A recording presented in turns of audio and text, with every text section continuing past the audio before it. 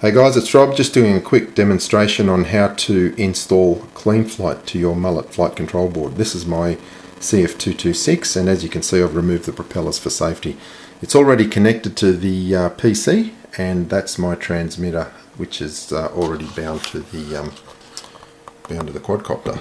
I'll just set this camera back up, and I've worked out a nice camera mounting system using the top of a coffee cup. Seems to work okay. So at the moment I've got base flight on this flight controller. I loaded that just for the purpose of this demonstration, so you can see that up there. So what we'll do now is we'll just disconnect from base flight and close the program, and we'll open up Cleanflight. It's this green icon here. Okay, the first thing you need to do is to load the firmware onto the flight control board. So when you click that firmware flasher tab, it will ask you to choose a firmware and a board. And what we want to do is we want to come down here and choose the Naze stable firmware, which is version 1.81. So we click on that. With these options over on the left, the only one I tick is the full chip erase. So what we need to do now is load the firmware online. Once you click that, we should get a large screen come up here which shows you all the changes in the latest firmware. Okay, now we need to go down to the bottom and click this flash firmware button. When you do that, scroll back up and you'll see the progress of the firmware being flashed to your flight control board. When it goes green, you'll see that it's programming has been successful. Okay, so what we can do now is connect to the board, and that should all look fairly familiar to you if you're used to using base flight. If I just move the quadcopter, you'll see it's registering the movement, showing that it's connected correctly. Now we need to go into these different tabs and just set up some of the configuration. First one is configuration. It needs to be a quad X. Your receiver type, I've got a regular PWM receiver here. Everything else can stay as it is.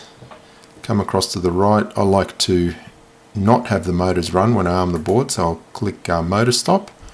And the other thing I'll do is deselect that, and also deselect the battery voltage monitoring. That's just my personal setup.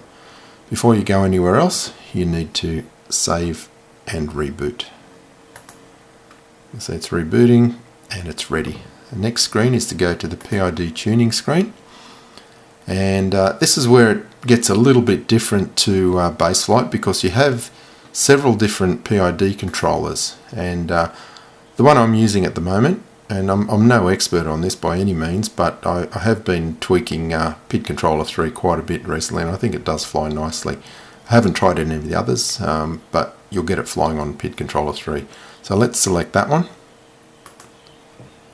And now what we need to do is just save, click save, and now you'll be able to actually change some of these PIDs. Now what I found works well for the 226, and I'll post some screenshots of different settings for the different quads, but for the 226, if you set both of those to 2.2,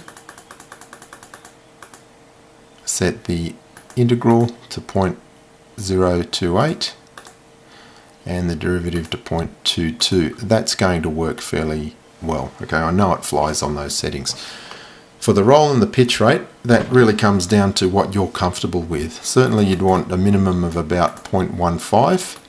It's going to be quite gentle flying it on that setting. You know, if you want to start flying some acro and practicing flips and rolls, you really need it up around 0.45 or higher. I'm just going to set it up to 0.55. That's sort of my default setting.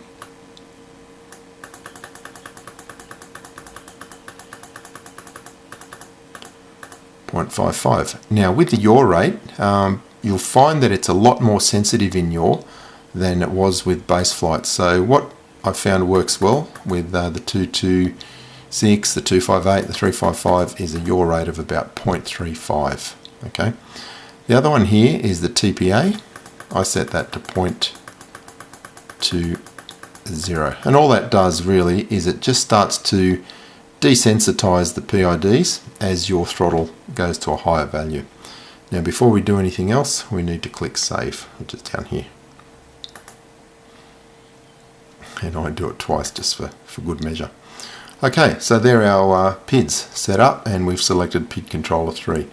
Next thing we need to do is go into the receiver input page. Now again, this should be fairly familiar if you've been used to using Cleanflight. So what I'm going to do is just connect the battery to the quad so we get some receiver input. And now when I move my transmitter controls, you'll see that everything is working fine there. So really nothing should be necessary there. If your radio was set up correctly and working in Cleanflight, there shouldn't be a lot to do on this page. Over here on the right, you've got the RC Expo. Again, many people would like to leave that or leave it. It's a matter of personal choice. For me, I just like to fly with 0 Expo. So that's down to 0, and then we click save again down the bottom right hand side. And I always click it twice for good measure. Now the next step is to go into the modes, and this is where it's a bit different to Cleanflight as well. Now it depends on what modes you actually use, but the process of setting it up is fairly straightforward. What I'm going to do on my radio is just set my switches for self-level mode. So my radio is set to self-level. Now we need to actually add the range here. Angle, add range. Okay. You might see this little yellow indicator on the right hand side. When I change modes, that's going to move. Okay, you can see it moving. Okay, so at the moment that's in the self-level position on the radio, so we just need to slide that range so that it captures the position of that indicator. And I'm going to click save. You'll see when I click save, it's actually registering that we're now in self-level mode. I'm going to go to horizon mode. Okay, you'll see my indicator has moved, so we now need to add a range for horizon mode. Pull it across to here and save. So now you see with the switch in horizon mode, the horizon label there has gone green, and I can select between the two, angle or horizon mode, or if I go to acro mode, they're both disabled and the indicator is there. You have other modes here which you can select if you want, but really that's all I ever use: self-level, horizon and acro mode. So let's just go back through those tabs and confirm everything's been saved. We'll save that again. We can go back to receiver, check that all our settings are correct, go back to the PID, we've got PID controller 3, all our values are correct, and we've saved it, and back to configuration, and it looks like everything is saved. So that's really all there is to it, guys. It's pretty straightforward to set up, and on these settings, the 258 and the 226 are going to fly fairly nicely for you. Thanks for watching.